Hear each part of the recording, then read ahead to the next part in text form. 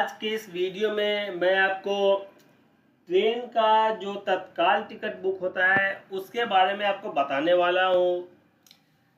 तत्काल एजेंट के पास अगर आप जाते हैं, मतलब ट्रेवल एजेंट के पास अगर आप जाते हैं, जो लोग तत्काल टिकट बुक करते हैं, तो होता क्या है, नॉर्मली वो लोग आपसे पर पैसेंजर 400 से 500 रुपये चार्ज करते हैं ऑफ सीजन में। लेकिन वही सीजन आता है तो उस टाइम पे 1000 रुपया से 2000 रुपये चार्ज किया जाता है। जैसे कि मान लीजिए छठ, दिवाली, मतलब दुर्गा पूजा से लेकर छठ तक, और इसके बाद होली का टाइम है, ये सब जो है ये सीजन माना जाता है। तो इस टाइम पे जो एजेंट होते हैं वो पर पैसेंजर 1000 रुपया से 2000 रुपया तक चार्ज करते हैं तत्काल टिकट का। तो आज जो मैं आपको बताने वाला हूँ तत्काल टिकट के बारे में, कैसे बुक किया जाता है, क्या प्रोसीजर है इसका, सब कुछ बताऊंगा इस वीडियो में। तो प्लीज़ वीडियो को फुल वॉच कीजिएगा। अगर आप लोग खुद से मतलब ट्रैवल करते हैं तो भी वीडियो देखिए, अगर आप ट्रैवल एजेंट हैं तो भी देख लीजिए। देखिए यहाँ पे सबसे पहले मैं क्या करता हूँ, देखिए यहाँ पे हम लिखते हैं, देखिए ये यहाँ पे IRCTC है, यहाँ पे हम यही क्लिक कर लेते हैं। एक चीज़ और बता दूँ आपको, ज़रूरी नहीं है कि आप ब्राउज़र पे IRCTC लिख के सर्च करेंगे। अगर आप मोबाइल से कर रहे हैं या आईपैड टैब से कर रहे हैं तो आपको उसका जो ऐप स्टोर है वहाँ पे IRCTC का ऐप भी आपको मिल जाएगा, आप उसको भी डाउनलोड कर सकते हैं। ऐप में और वेब में थोड़ा सा अंतर होता है, काम दोनों सेम करता है, बस दोनों का इंटरफेस अलग होता है। तो देखिए जब आप IRCTC का ऑफिशियल वेबसाइट ओपन करते हैं तो कुछ इस तरीके से दिखता है। यहाँ पे देखिए सबसे पहले आपको करना क्या होता है, ये है रजिस्टर लॉगिन के बगल में। सिंपली आपको, अगर आप पहली बार यूज कर रहे हैं, पहले यूज नहीं किया है, तो आपको रजिस्टर पे आना है। और रजिस्टर पे आएंगे तो इसके बाद यहाँ पे देखिए क्या लिख रहा है, ये लिख रहा है new registration is disabled from 10:30 AM to 11:30 AM। ये इसलिए लिख रहा है क्योंकि मेरे ख्याल से ये तत्काल का 11 बजे जो है वो टाइमिंग होता है स्लीपर क्लास का बुकिंग का।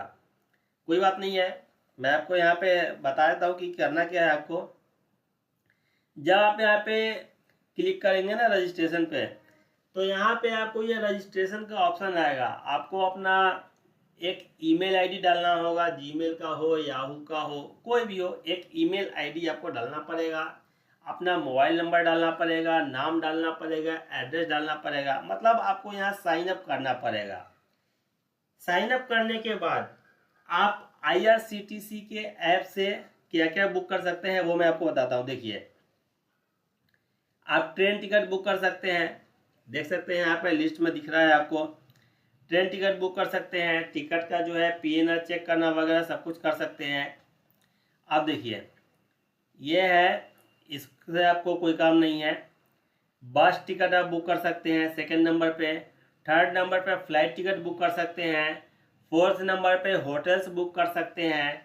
5 नंबर पे हॉलीडे पैकेज जो होता है, टूरिस्ट पैकेज वगैरह जो होता है, जैसे मान लीजिए कि आपको शिमला का पैकेज चाहिए, मनाली का पैकेज चाहिए, तो वो सब IRCTC प्रोवाइड करती है, 5 दिन का, 7 दिन का, ऐसे करके वो सब आप यहाँ से बुक कर सकते हैं। इसके अलावा अगर आपने ट्रेन टिकट बुक कर रखा है खुद का या किसी और का, तो उसमें आपको वो अगर फूड चाहिए, मान लीजिए कि आपने पटना से दिल्ली के लिए कोई ट्रेन में टिकट बुक कर रखा है, आपको टिकट आपने बुक कर रखा है और वहाँ पे आपको फूड चाहिए, खाना चाहिए, वेज नॉन वेज कुछ भी चाहिए, पटना में चाहिए या पटना के आगे ट्रेन जहाँ भी जाती है, मान लीजिए इलाहाबाद में जाती है, क्रॉस करती है प्रयागराज में, वहाँ पे खाना चाहिए, तो आप यहाँ से क्लिक करके बुक कर सकते हैं। ऑनलाइन पेमेंट कर दीजिएगा, उस स्टेशन पे ट्रेन के अंदर उस सीट पे खाना पहुँच जाएगा। ये सर्विस आपको इतनी सारी मिलती है, ट्रेन टिकट, बस ticket, flight ticket, hotels, holiday, meals, ये इतनी चीज़ें आपको यहाँ पे मिलती है। यहाँ से आप टिकट बुक कर सकते हैं, ट्रेन टिकट बुक कैंसिल कर सकते हैं। इसके अलावा अगर आप मान लीजिए कि आपने ट्रेन टिकट बुक किया और यात्री ने यात्रा नहीं किया, तो यात्रा क्यों नहीं किया है उसका रीज़न देकर आप टीडीआर भी फाइल कर सकते हैं।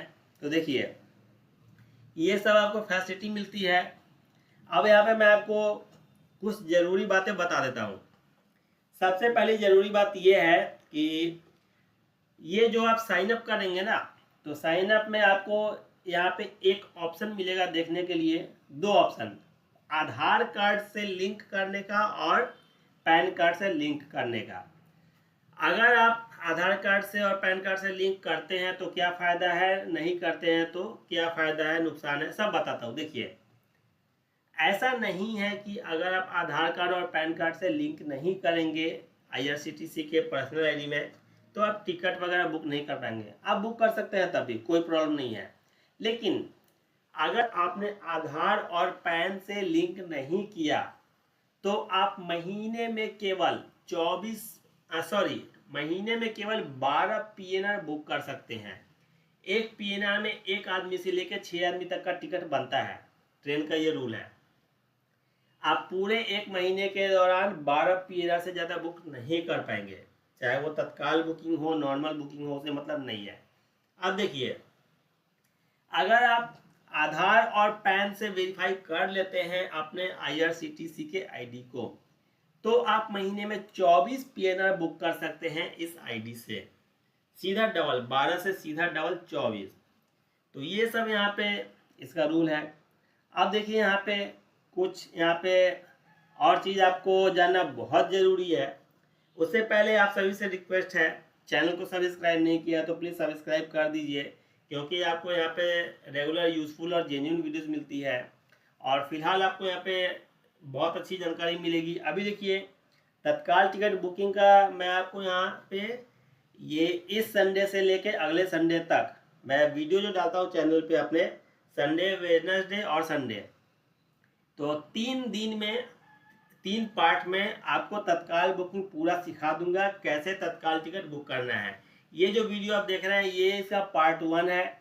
यहाँ पे सिर्फ मैं आपको यही बता रहा हूँ कि आपको आईडी यहाँ पे आपको कैसे क्रिएट करना है और आईडी क्रिएट करने के बाद आपकी क्या लिमिटेशंस है टिकट बुकिंग की, और यहाँ पे क्या रूल है रेलवे का रूल रेगुलेशन, वो आपको बता रहा हूँ। सेकेंड पार्ट में मैं आपको इसका आगे का प्रोसेस बताऊँगा और उसके बाद फाइनल पार्ट फिर नेक्स्ट संडे को जो वीडियो डलेगी उसमें आपको टिकट कैसे बुक करना है वो भी बता दूंगा। 3 पार्ट में पूरा आपको प्रोसेस बता दूंगा तत्काल टिकट कैसे बुक किया जाता है और आप बुक कर पाएंगे उसके बाद। तो देखिए यहाँ पे मैंने आपको लगभग चीज़ बता दिया है। अब यहाँ पे रूल्स एंड रेगुलेशंस क्या है रेलवे का वो समझिए। अगर आप ट्रैवल एजेंट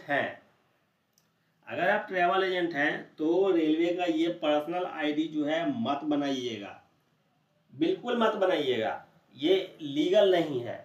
दूसरी बात मैं आपको बता दूं, अगर आपने अपना मतलब खुद के नाम से रेलवे का कोई भी आईडी ले रखा है पहले से, चाहे वो एजेंट आईडी हो या पर्सनल आईडी, तो आप दूसरा आईडी नहीं ले सकते हैं रेलवे का, क्योंकि पर्सनल आईडी हो या एजेंट आईडी हो, दोनों दिया तो आईआरसीटीसी ने ही है। यहाँ पे आपको डायरेक्ट दे रही है पर्सनल आईडी और वहाँ प्रिंसिपल एजेंट के थ्रू दे रही है। तो अगर आपका आधार पैन वहाँ लिंक हो जाता है तो इधर आपका लिंक नहीं होगा, पहला नंबर। अब दूसरी बात देखिए, अगर आपने यहाँ पे पर्सनल आईडी क्रिएट कर लिया, आधार पैन तो यहाँ लिंक होगा नहीं क्योंकि अगर आपका पहले से बना हुआ है तो, और यहाँ पे आपने टिकट बुक कर लिया तो आप फंस सकते हैं।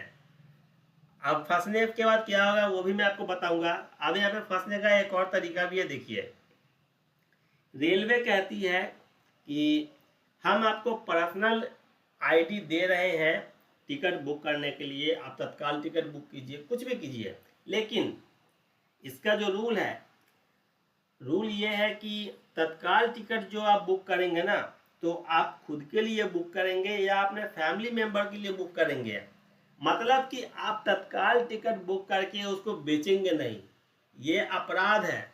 अगर आपने बेचा और आप पकड़े गए तो कम से कम 50,000 रुपये का जुर्माना और 6 महीने की जेल आपको हो सकती है।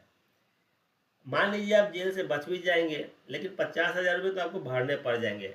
और आपको पता है कि आजकल हर जगह आपके अगल बगल में ही दुश्मन होते हैं, घर में भी होते हैं।